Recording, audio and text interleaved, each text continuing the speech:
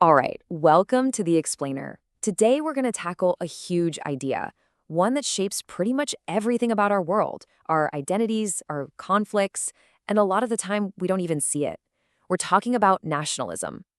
So let's just jump right in with a big question.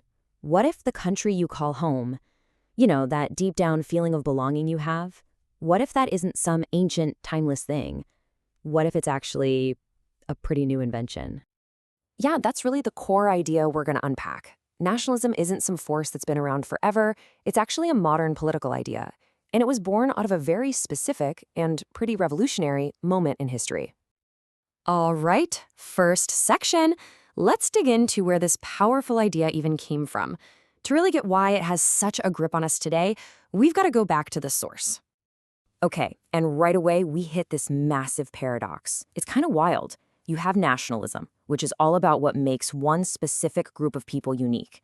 But it was born in the exact same era as the Enlightenment, the movement that was all about universal human values that apply to everybody. So how on earth do two completely opposite ideas pop up at the same time? I mean, just think about it for a second. For most of human history, the state and the nation were two different things. You had kingdoms, you had empires. They were just territories ruled by some king.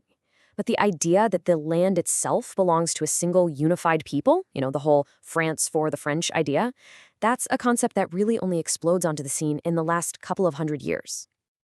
Okay, so if a nation isn't this ancient, unchanging thing, then what is it? Like, how does it even start? Well, probably the most famous answer to that question comes from the political scientist Benedict Anderson. And he came up with this really game-changing phrase for it. He called the nation an imagined political community. Now hold on. When he says imagined, he does not mean fake or made up. Oh no, its power is very, very real. What he means is that you'll never meet or even see most of the people who are part of your nation, right? But in your mind, you hold this shared image, this really powerful sense of connection to millions of complete strangers. And Anderson breaks this down a little further into three key parts. First, he says a nation is imagined as limited. It has borders. It's not the entire planet. Second, it's imagined as sovereign. This was a huge deal. It meant rejecting the old idea that kings ruled because God said so. Now the people rule themselves. And maybe most important of all, it's imagined as a community. It's this idea of a deep, horizontal camaraderie. A bond so strong it can inspire people to make the ultimate sacrifice for millions of others they've never even met. But here's the thing. Not everyone imagines this community in the same way. This one big idea actually splits off into two very different and often clashing versions of what a nation is supposed to be. So on one side, you've got what's called civic nationalism. Think of this as the inclusive version. The nation is basically a club of citizens who all agree to play by the same rules, a shared set of laws and values. In theory, anyone can join, as long as they sign on to those principles. But then, on the other side, you have ethno-cultural nationalism. And this is the exclusive version. Here, the nation isn't about what you believe. It's about who you are. It's defined by shared blood, language, and culture. You don't choose it. You're just born into it. And this all leads us to the big, really tough question, right? Is nationalism a force for good, or is it a force for bad? Well, the answer, as you can probably guess, is it's complicated. I mean, it's been this incredible force for unity, right? Binding people together to do amazing things. But it's also been this absolutely terrifying force for division, leading to some of the worst conflicts and atrocities in history.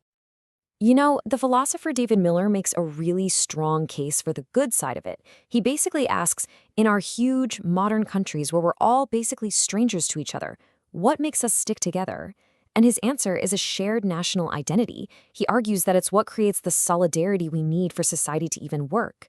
It's that feeling that makes you willing to pay taxes for things that help people you'll never meet, to contribute to a common good. So when you boil it all down, you're left with this fundamental tension.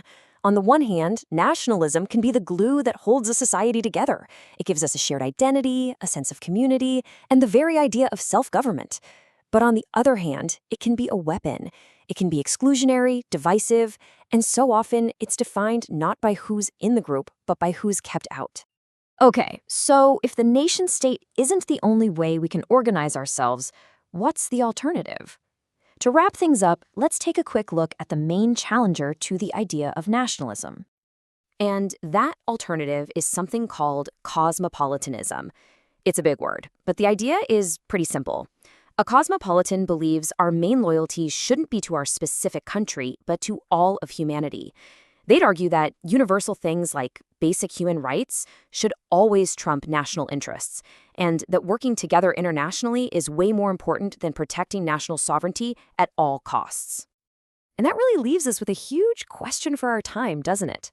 In a world that's so interconnected, where we face these massive global problems like climate change or pandemics, is that imagined community of the nation still the right size tool for the job? Or do we need to start imagining a community that's even bigger? How we answer that question, well, that's pretty much going to define our future.